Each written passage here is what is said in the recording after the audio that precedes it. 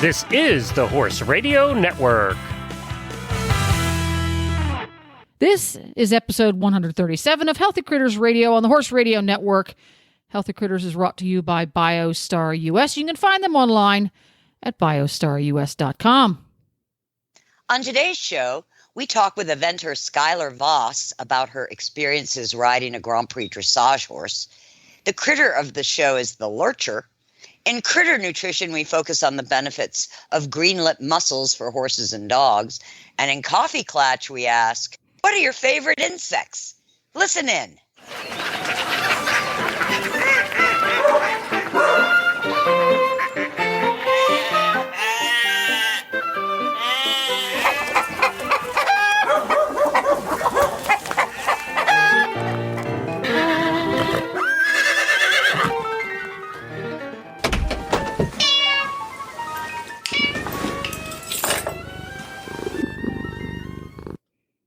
Hi, I'm Tigger.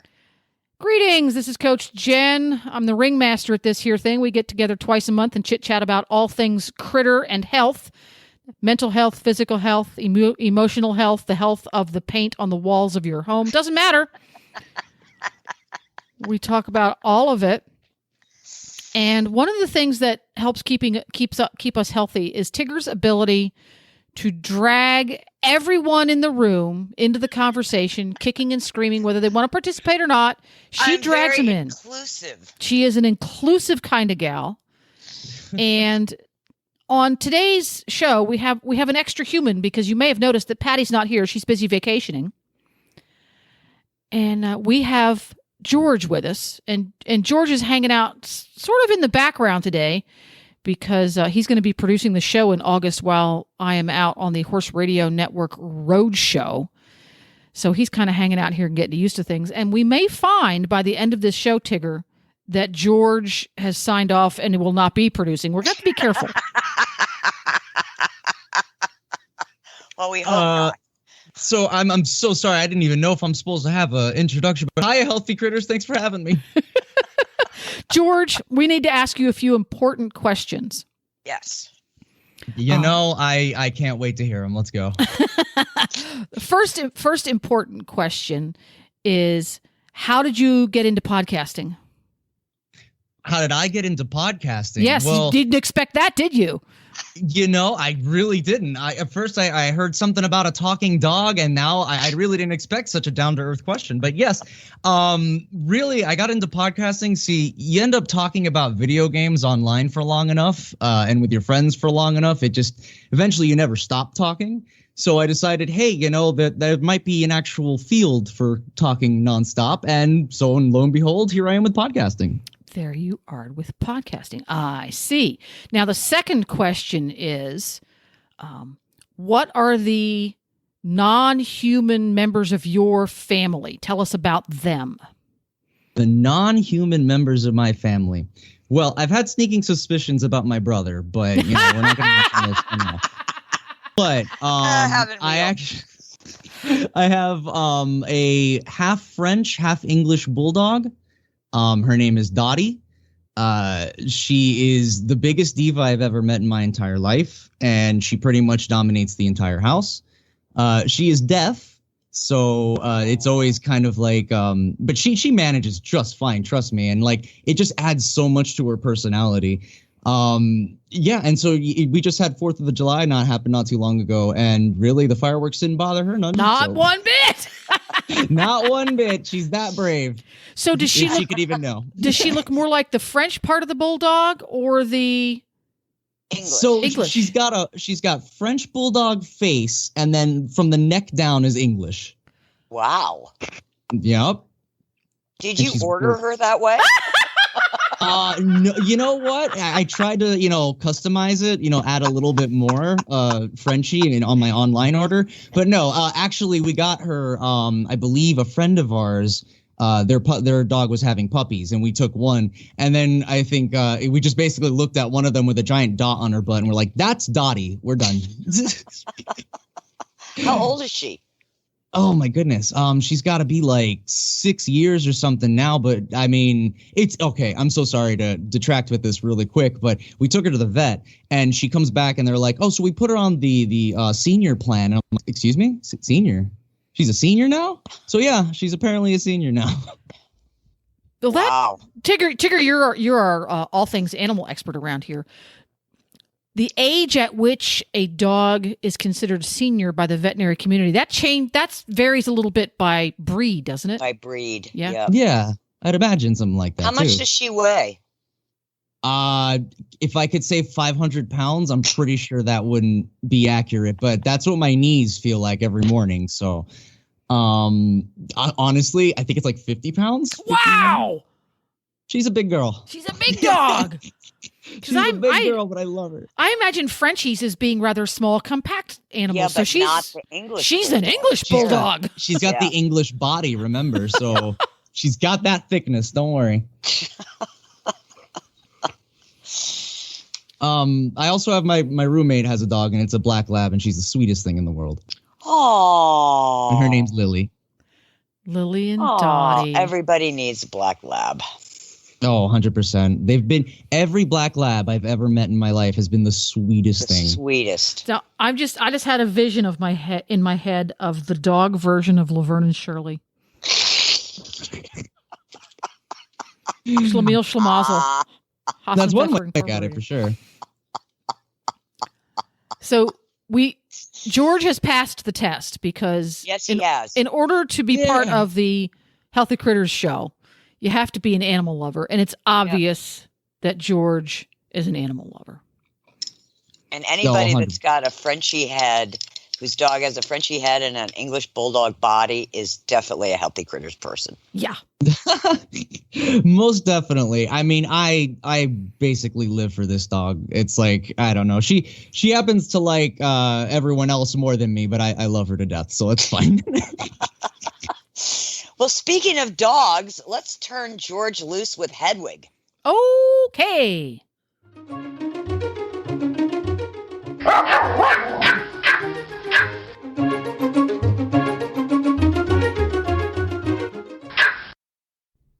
Hello. Hetty! Hello. Hetty, we have a surprise for you. Okay. Gee, Well, Patty's on vacation. Patty is on vacation. Yes, and Patty is my personal ally. I know she is. But hopefully you'll have a new potential ally in George. I want you to meet George. George, say hello to Hetty. Hi, Hetty. Nice to meet you. Hello, George. Are you at all like Glenn? Yeah, I happen to talk No, a don't lot. say that. You're not at all like Glenn. I'm Believe not me. like Glenn. Good. There I'm you not like Glenn. Not at all. Please clarify how you might be like Glenn. I go. No, it's too late. I talk like Glenn, but I am not Glenn. Sounds to me like you might be an awful lot like Glenn. Good cover, George. Good cover. I'm still discovering that about myself, but I don't think so. Do you have an unreasoned hatred of the Pomeranian? Not at all. In fact, I love dogs. Which is not the same as loving the Pomeranian. I was merely trying to be inclusive, but you're absolutely correct. Pomeranians, though I've never met one, are wonderful. That is correct. We are amazing. Mm-hmm. And I'm happy to have met one now, actually. You are very fortunate to have encountered me. I think your life will improve. I'm already starting to see signs. Oh, good. Excellent. You know, Okay, Hetty, he we does might have get a along. dog. I do. Mm-hmm. So does Glenn. Oh, Tigger, why? Tigger, do you want the man to be hit by a bus? Why? Oh do my you do God. this to him? This got No, violent. he's nothing like Glenn, and he has a very interesting dog that he's going to tell you about that I think you'll relate to. Okay, well, I'm willing to keep a mildly open mind. Okay, that's all I can ask for. So my puppy is actually a half French and half English bulldog. And the front part of her head is French and her body is all English bulldog. How does she do the breathing? Mainly with her lungs and through her nose, but fairly well. So she's okay. She doesn't sound like this. I mean, she does. I have given her the loving nickname of Grumbles. I happen to be a fan of them, actually, but not too much. Only when she really is exerted. Not as much as a pug, actually. Does she fart a lot? I mean, if you ask any dog owner, I think they'd say every dog farts a lot. But yes, and the funny thing is hers actually make noise. Does she scare herself when she does farting? Well, here's even the funniest part. She's actually deaf, so she wouldn't be able to hear it. Oh, that's funny. I love her to death, Okay. and she's my favorite. She sounds perfect. I might need to meet her one time. Absolutely. How very nice of you, Hetty. I know. Generosity, thy name is Hedwig. Yeah. I'll write that down. All right, Hetty, we wanted to make the introductions because George is going to be with us in August.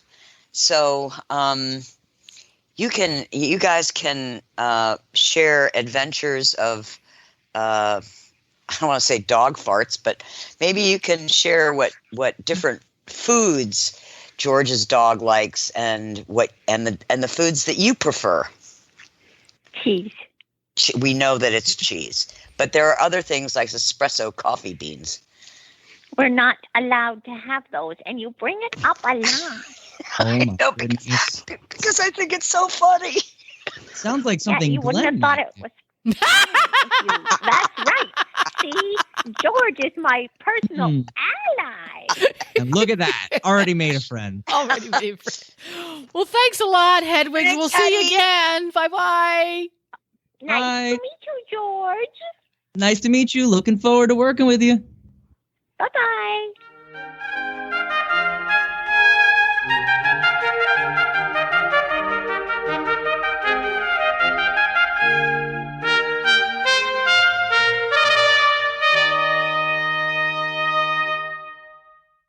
And we're here today with my good friend Skyeler Voss from Morningside Eventing.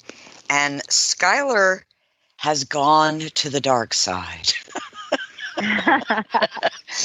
Skyeler, if you aren't familiar with her, is a very well-known, very experienced eventer with a very busy training barn in Virginia.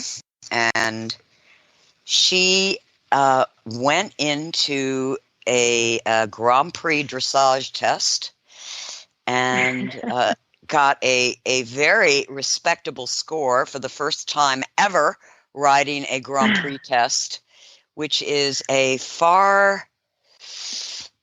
quite a far distance from riding a event dressage test, wouldn't you say? Oh, it sure is. So what made you decide to go to the dark side and kind of ride at the highest level of the dressage sport?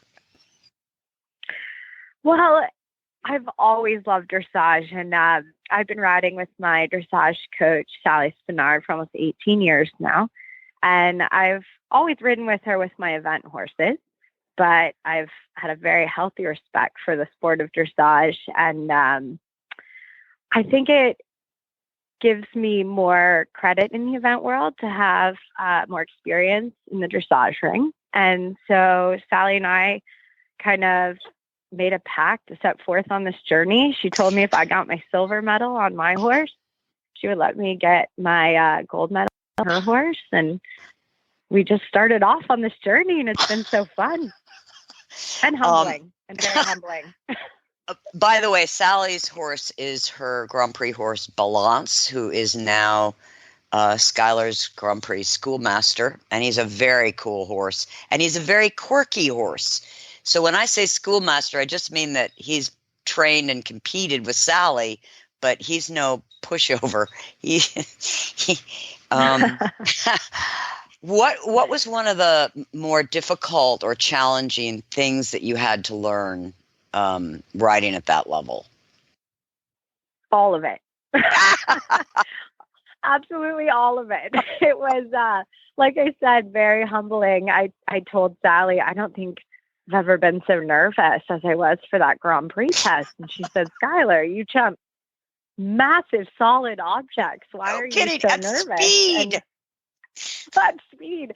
And I told her, honestly, when I go out on a course, of course we're nervous. But I've done eventing and cross country in my whole life.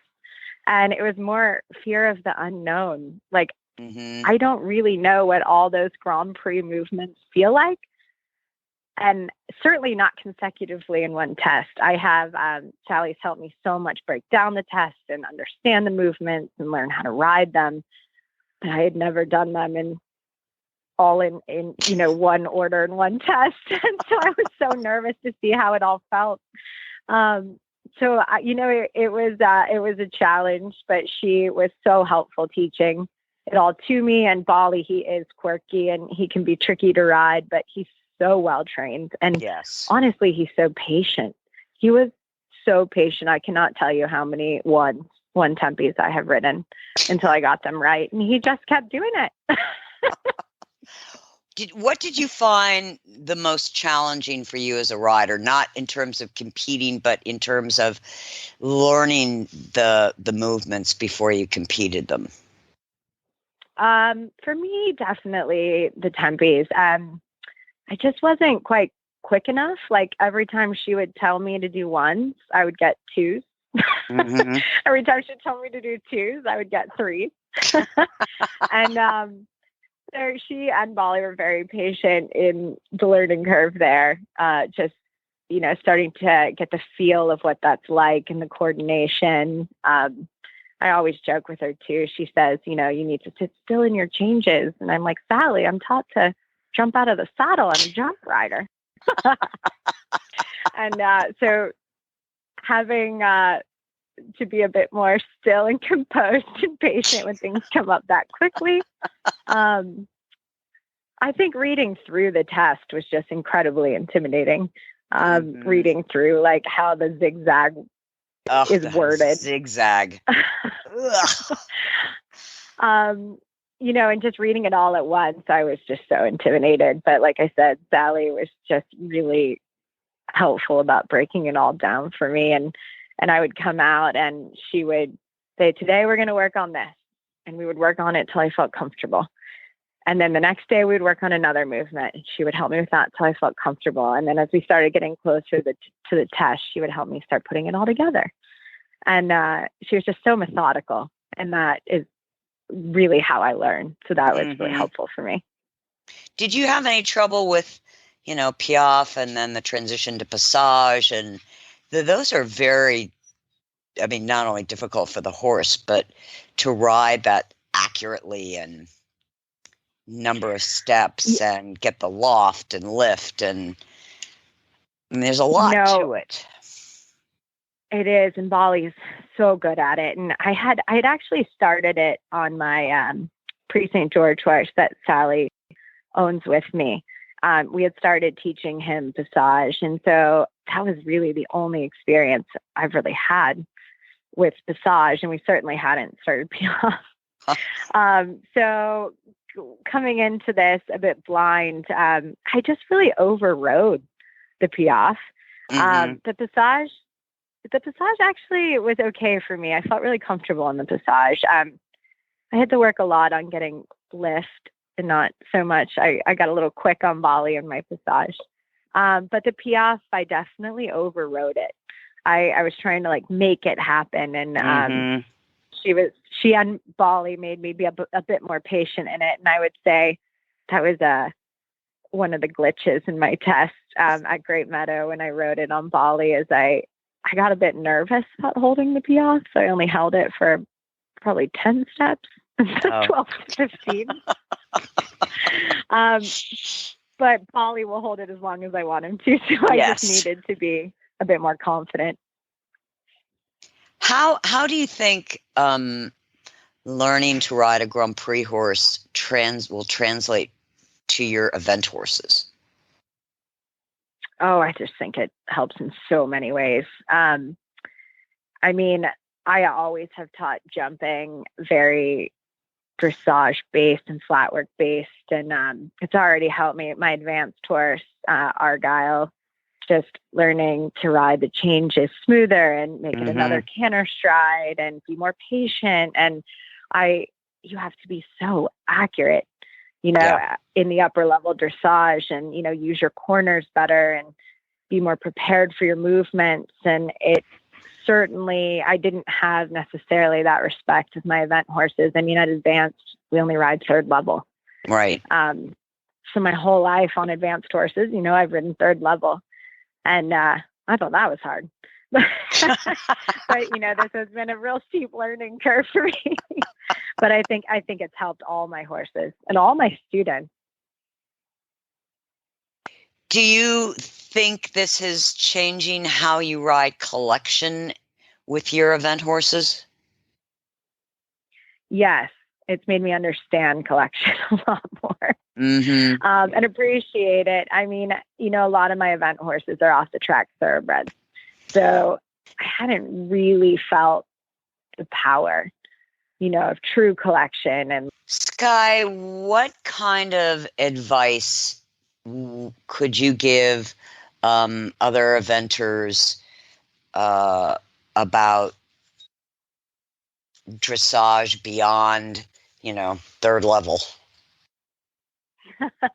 I just think, as event riders, we have so much to focus on every phase of competition, and then the fitness to back up the jumping and the cross country. And I think just taking a step back and really learning each phase. I know a lot of event riders are doing that in the show jumping.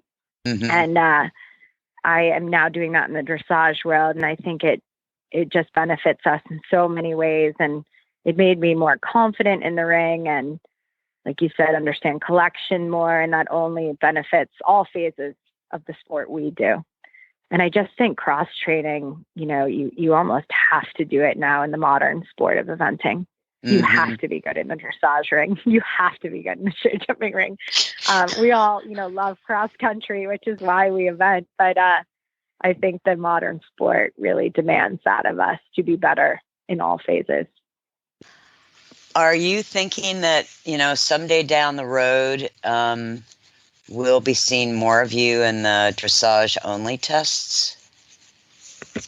Yeah. I mean, I have a dressage horse of my own. So I am so lucky to have the ride on Bali, Sally's horse, to learn the ropes. And then Sally owns within a syndicate my Cooley caliber horse. Yep. Who broke his knee. He was imported as an upper level event horse, and broke his knee in a freak accident. And that's where Sally really got me inspired and excited about dressage, to find a new path for him. And I think he will be an upper level dressage horse for me of my own. And I'm really excited about that and focused on that with him as well. Oh, that's so cool. That's so cool. Well, I hope our listeners, you're going to compete. You're going to do another Grand Prix test, correct? Yes. The end of July, I'm going to do another Grand Prix on Bali. And then we'll also have my Cooley caliber horse out. Now, is he going to be the Cooley caliber? Is he going to be a PSG I1? Yes, we are working on the move up to I1, but he's doing PSG at the moment. So you may have your USDF gold medal by the end of this month. Well, we'll see. I want to give you kudos. That is my goal. You already have your silver medal, so that would be a phenomenal accomplishment to also have your gold. So yeah, I'm excited about we'll that. keep that is my goal. our fingers crossed and lots of four-leaf clovers for the end of July Bali. And thank you so much for coming on Healthy Critters and sharing your story and your courage, Sky, because, you know, a lot of, you're an eventer or a dressage rider or a jumper, there isn't a lot of cross training sometimes. The jumpers aren't riding dressage horses and the dressage riders aren't riding jumpers. So I really give you a lot of kudos for, you know, getting into greater detail, a very difficult sport. It would be like me trying to go cross country. I mean, I evented back in the 70s, but I look at the courses today and I go, there's no way. No way. So thank you for your courage and thank you for sharing your story.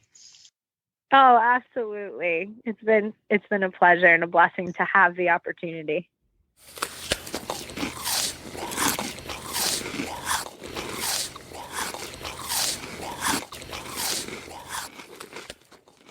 So now we're at Critter Nutrition, and the topic is green-lipped mussels for horses and dogs. The indigenous people of New Zealand, the Maoris, have for hundreds of years regarded green-lipped mussels as a food source for health and well-being. In the 1970s, it was observed that the Maoris whose diet was rich in these mussels were less likely to suffer from joint disease, and so began international scientific investigation on green-lipped mussels. Green-lipped mussels have been identified to be an excellent source of the omega-3s, EPA and DHA, plus B12, magnesium, calcium, zinc, and iodine. The iodine content is important for insulin-resistant horses, since iodine is essential to the production of thyroid hormones. Hay analysis often reveals low iodine content. Low iodine also affects dogs, with some breeds becoming more iodine deficient than others. Doberman Pinschers, Irish Setters, Golden Retrievers, Great Danes, Old English Sheepdogs, Dachshunds, Miniature Schnauzers, Boxers, Poodles, and Cocker Spaniels are more predisposed to hyperthyroidism than others. Iodine deficiency can be more common in dogs that have been spayed or neutered. Green-lipped mussels provide the glycosaminoglands, the GAGs. GAGs function in fluids of the body, blood, mucus, synovial fluids, and membrane surfaces. GAGs are considered the building blocks of cartilage and joint fluid. GAGs can increase the synthesis of proteoglycans, hyaluronic acid, and collagen. Another component of the green-lipped mussel is chondroitin sulfate, which is an important element of the GAGs. Chondroitin sulfate is a vital part of the extracellular matrix and is found in the aggrecan molecule of the cartilage. Chondroitin increases the hyaluron production by synovial cells, helping to maintain viscosity of the synovial fluid. Glucosamine is naturally occurring in green-lipped mussels. It is a critical precursor to the synthesis of collagen and GAGs. Proteoglycans are proteins found in the extracellular matrix of connective tissue. Proteoglycans are a source of negative charges within the ECM, therefore attracting water molecules that contribute to the resilience of cartilage. The proteoglycans contribute to the structure and strength of the articular cartilage. Various studies beginning in the 1980s have shown the gastroprotective actions of green-lipped mussels in rats and pigs. That was associated with the lipid factors EPA and DHA, known as omega-3s.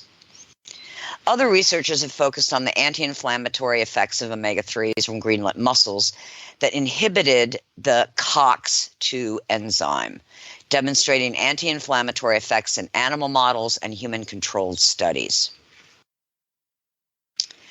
A study on arthritic dogs published in the Journal of Nutrition in 2002 showed that green-lipped mussel powder was effective in reducing arthritic signs in dogs as measured by a total arthritic score, including joint pain and joint swelling. The researchers stated, quote, "The reported gastroprotective action of green-lipped mussel may provide additional clinical benefit," end quote. For me, what makes green-lipped mussel so profound is that while the components of this food are important, It is the sum of the components that are essential for its efficacy. We can give glucosamine derived from the ectoskeletons of shrimp and lobster and crab. We can give chondroitin derived from shark and cow cartilage. But in the end, we are just giving isolated nutraceuticals without the benefit of the other biological components of the source. In nature, there is a high degree of connectivity, and so it is with food. Are greenlet mussels effective for joints because of the omega-3s and GAGs, or is it because these components are joined in a matrix of protein, fat, nutrients, and some of the mysterious elements such as F acids? In the case of greenlet mussels, the whole is greater than the sum of its parts.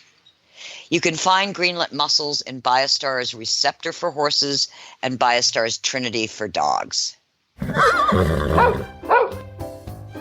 Real horses and real dogs are healthier, perform better, and recover more quickly on real food. That's why Biostar empowers horse and canine owners with 100% whole food nutrition, supplements, and feeding programs.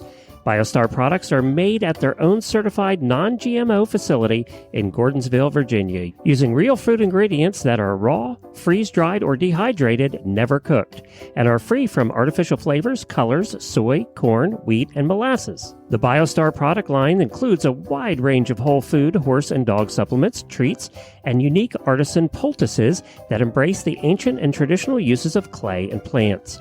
Visit biostarus.com today and learn about whole foods and canine and equine nutrition so you can make the best decisions about the care and health of your horses and dogs. That's biostarus.com. Whole food nutrition the way nature intended.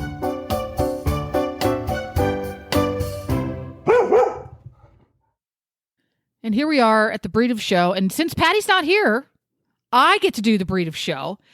And I had initially, I was going to do tree frogs was going to be the breed of the show. Oh, I love them. Yeah, but I went down that rabbit hole and said, there's too much here. I can't do it. I need longer to prepare for tree frogs because I know nothing about a tree frog. So we'll give tree frogs to you when you get back from the road show. There we go. I will spend 35 days on the road studying tree frogs. So I will be prepared. When I say it that way, 35 days on the road, it scares the living daylights out of me. But here we go. Scare the living daylights out of me too. You're not even going. Yeah. Anyhow. The breed of the show today is going to be the Lurcher. Nothing. Okay. Was that inspiring? A Lurcher is not actually a breed of dog. There is no such thing as a registered Lurcher. A Lurcher is a dog that one parent is a sighthound, most often greyhound, and the other is a working dog, commonly collies, herding breeds, and occasionally foxhounds. Oh, interesting. Yes, but the Lurcher is not actually a breed. Now, in America, I can't believe they haven't created a designer name for it just so they can create a new breed because, that's what we do. And it seems to be that a Lurcher is officially a crossbred. It's not a case of you cross Lurcher A with Lurcher B to get a group of puppy Lurchers. It seems to be the mom and the dad are always two different breeds. Wow. Yeah, which I thought was like, really? And each and every Lurcher comes out a little different being a crossbred. Sometimes you end up with you have a greyhound crossed with a border collie, and you get something that looks border collie-ish hair-wise, but is greyhound shaped. So you never know what you're going to get because they're genuine outcrosses that way. But they do tend to have the tractable personality of the sighthound that tends to breed reasonably true. They, depending on what you cross them with, they can be very trainable. Now, if you cross a Whippet with a Jack Russell Terrier, neither of which are really trainable, you're not going to get a real trainable dog.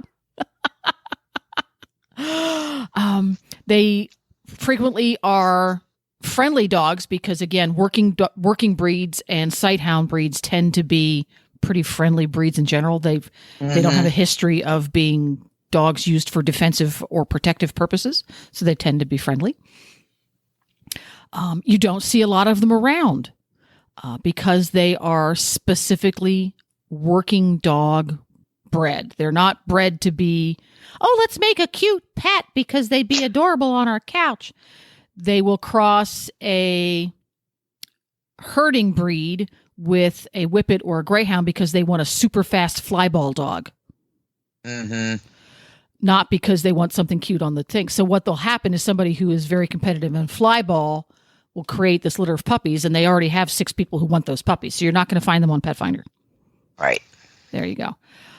The place you will find lurchers sleeping on couches is some fox hunts will breed lurchers because they are appropriate for their country, for the quarry they hunt, as well as the country they hunt. So you will see lurchers who are retired from foxhound packs sleeping on people's couches. Oh, wow. So that's pretty much the only place you're going to see lurchers hanging about that don't have a competitive or working type of job. And I know this because Tara Tibbetts, who hosts the monthly fox hunting episode on Horses in the Morning, has a lurcher. And it's crossed with a foxhound. And it's beautiful. What's its parentage? It is I want to say deerhound foxhound mix. A deerhound is also a sighthound. Wow. Like a Scottish deerhound? Yes, it's enormous. You know what it looks like? If you were, imagine what the dog looked like in The Hound of the Baskervilles. Huh. But without the glowing red eyes. That's what she looks. She's beautiful. She's probably 30 inches tall. Yikes, that's a big dog. Yeah, she's just beautiful and kind of a beautiful tan camel color. And she's has the light like a greyhound, a Scottish deerhound, like meaning tall and elegant. Tall and elegant, yes. Yeah. Very tall and elegant, but a little bit heavier bone than greyhounds are. Deerhounds tend to be a little bit heavier bone. Mm-hmm. And she has that wiry coat. Yep. So my favorite lurchers are the deerhound crosses because they have the beautiful wiry haired coat, which I love. I don't know if I want to live with that coat. I've never tried it, but it's beautiful to look at.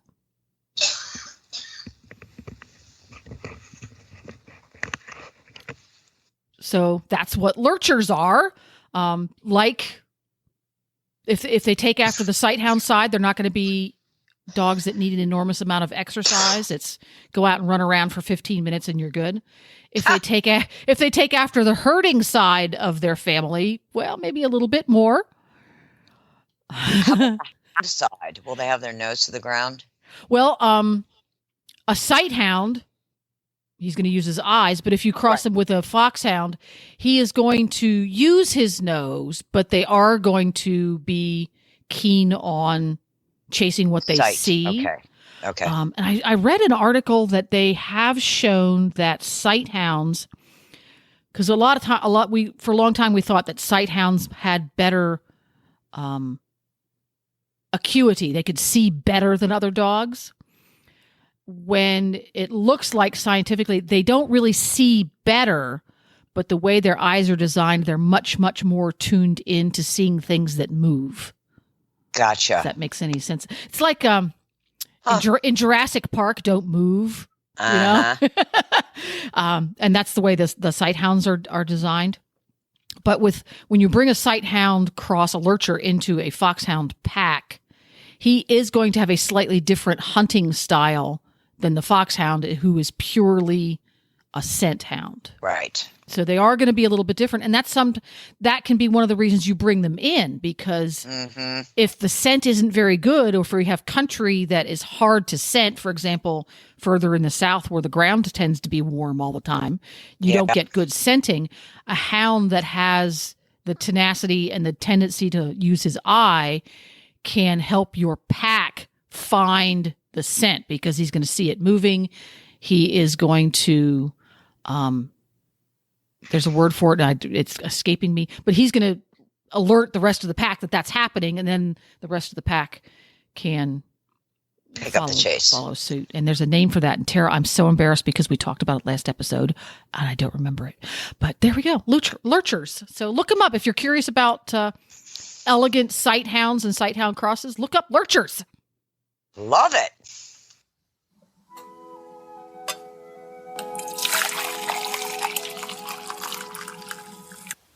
And now we're at Coffee Klatch, and the question of Coffee Klatch today is, what are your favorite insects? Now, if you're wondering... Tigger, before you go much further. Yes. What?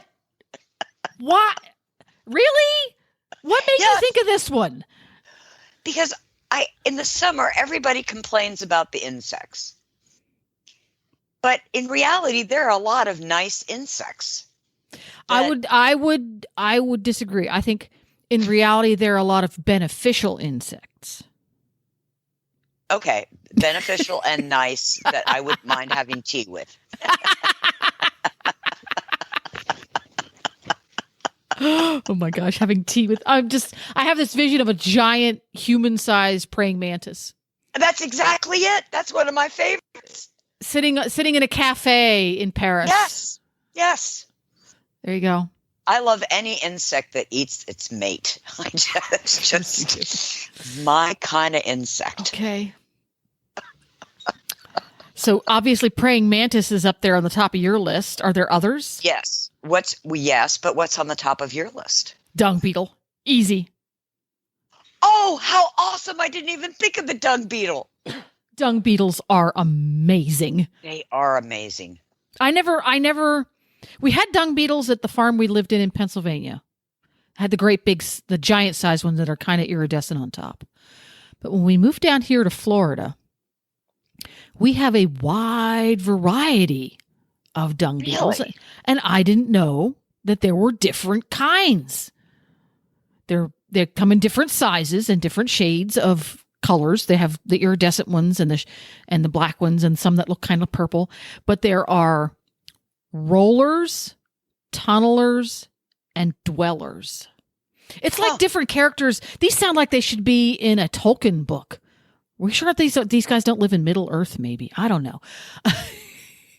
Wow. You know what? That actually, for a fiction writer, that would be a great story of, dung beetles. I think dung beetles need to come to life. Pixar doing dung beetles. There was a dung beetle in It's a Bug's Life. There was, in A Bug's Life. Yes, there was. And he was a roller. Yes. He was a roller. So the dung beetle, top of my list. What's at the top of your list? Oh, well, see, this question actually kind of gives me pause because growing up in Florida, like the hot spot of wasps, fleas, and flies, I really find my pickings to be quite slim here. But I agree that there are functional insects, and I appreciate their, jobs and duties to society. So I'm going to go with the daddy longlegs spider. Oh, I love them. So yeah, they're always really kind. They don't really cause any problems, and they actually clean up from other bugs. I didn't know that. What do they do? Basically, like any other fleas or like smaller insects that get caught in the web, they just go ahead and take care of it. But they don't ever really intrude on anything with humans because they're too scared of them. Ah, interesting. And if I had tea with one, that'd be several teapots. Sorry. Go ahead.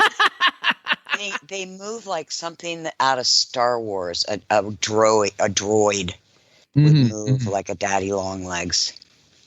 I don't know why the first thing when I think of mechanical version, I think of Wild Wild West with Will Smith. And do you remember there was a giant mechanical spider? Oh my Something God. like that. But daddy long legs are super nice, though. They like weigh nothing. They move very slowly because I get freaked out if bugs move really fast. I agree. I think you're right. I think because I'm not a big spider fan myself, but I agree with you that a slow spider is better. Slow Spiders, 100%. Yes. Also, the next name of my band. I'm just saying that right now. Slow Spiders. The Slow Spiders. That would be a good name, actually. Yeah. But I'm just saying because it's like stuff like that, and you think of palmetto bugs, and they just start charging you, and then they start, flying when you least expect it, and it's just a nightmare. So I'm gonna go with Daddy Longlegs for sure. I love daddy long legs. Well, my second on the list are ladybugs. Ah, yes. Who can dislike a ladybug? I think they are the cutest, happiest, friendliest. I love that they can crawl on your finger and they're very happy there, and they don't bite, and they do poop on your finger though. Yeah, but so what? So what? I guess that's They don't poop, but they don't poop much. Bug-sized poop. Bug-sized poop. Now, I have a question. Since you're a fan of the ladybug, Tigger, maybe you know this. Do ladybugs come in different colors? Because I'm familiar with the traditional red with little black dots, but I've seen bugs that look like ladybugs, but they're orange with little black dots. Is that also a ladybug? Those are not ladybugs. Oh, really? No. Wonder what they are. Well, they're a different kind of ladybug. They're not. They can cause havoc in your garden, ladybug. They can get into your house, ladybug. But and that's how you know it's a Florida local, by the way. If it's some sort of pest. Because, like, as a Florida local as well, I know the exact bug you're talking about, and I'm sure I've went, "Ooh, a ladybug," as it's destroyed my, garden or whatever. Right, exactly. So orange is not so good. Red is lovely. They remind me of a little strawberry with wings. Not as tasty though. I've tried, but no. I'm sure it's not. I'm quite sure it's not. Jennifer, what's second on your list? Second on my list, another easy one. Honeybees. Yes. Hello. Where would we be without the honeybee? We would be lost. We would be lost. That is correct. George? See, now I feel weird because I was totally going to say honeybee. So now I'm like, I've got to come up with a new one on the fly, and I'm surrounded. You can just vote for honeybee. That's allowed.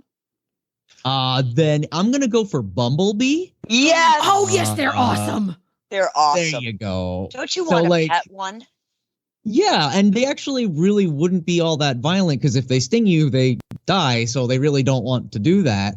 So yeah. I just think they're so adorable. I love the fuzzy. I love the fuzzy bumblebee is excellent. See, fuzzy bumblebee was right underneath of honeybee for me. Yeah, me too. I had it reversed. I had bumblebee then honeybee. There you go. But we would have no food if it wasn't for the bees. Mm-hmm. And usually underneath those bees is a wasp when you least expect it. So. And last on my last, but certainly not least, are fireflies. And right now we are getting lots. I mean, they were like last year, it was hard to find any fireflies, but this year they're back. Now, we rarely have fireflies here. George, you're a native Floridian, am I right? Yes, I am. Born and raised.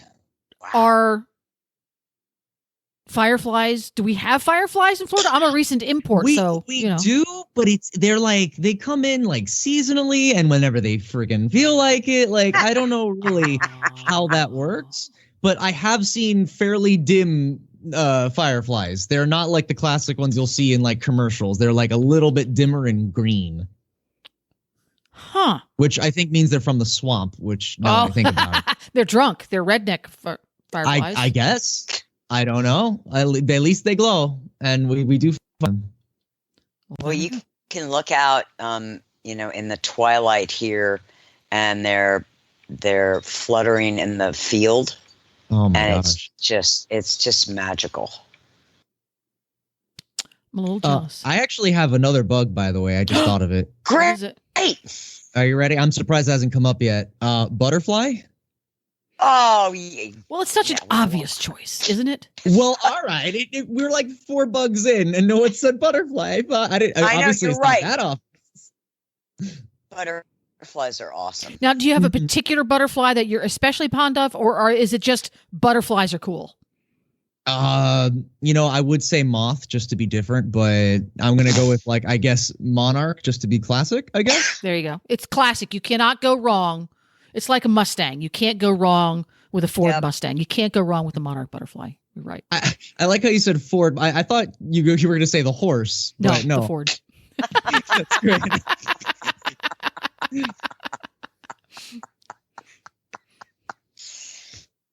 Well, the last one on my list is probably something that's going to surprise you. And the reason that I like it is it reminds me of an erector set. And that's the grasshopper. Yes. You mean the way they're built? It reminds you of an Yep. erector? Okay, because I'm going, Yep. I don't think grasshoppers build anything. I was worried. No, and they can be quite destructive. I like them because of the erector set kind of structure of the legs, Mm-hmm. and then last but not least, I really love crickets. I love them. I love their singing. I love the way they look. I just think if I was going to have a pet, it would be a cricket. You can do that, You can just buy them at the pet store and have pet crickets. I know. There you go. But I Crickets I just think they need to be outside, enjoying the fresh air, not in a little cricket cage. Mm-hmm. See, crickets are great though because they're the only ones that laugh at my jokes. So they're always fun to have. So good. Oh gosh, sound. George. It's a classic sound. Absolutely, it's unmistakable. So, Golly. if we've mentioned insects that aren't on your list, or if you have some that aren't on ours, let us know on our Facebook page, Healthy Critters Radio, or our website, healthycrittersradio.com.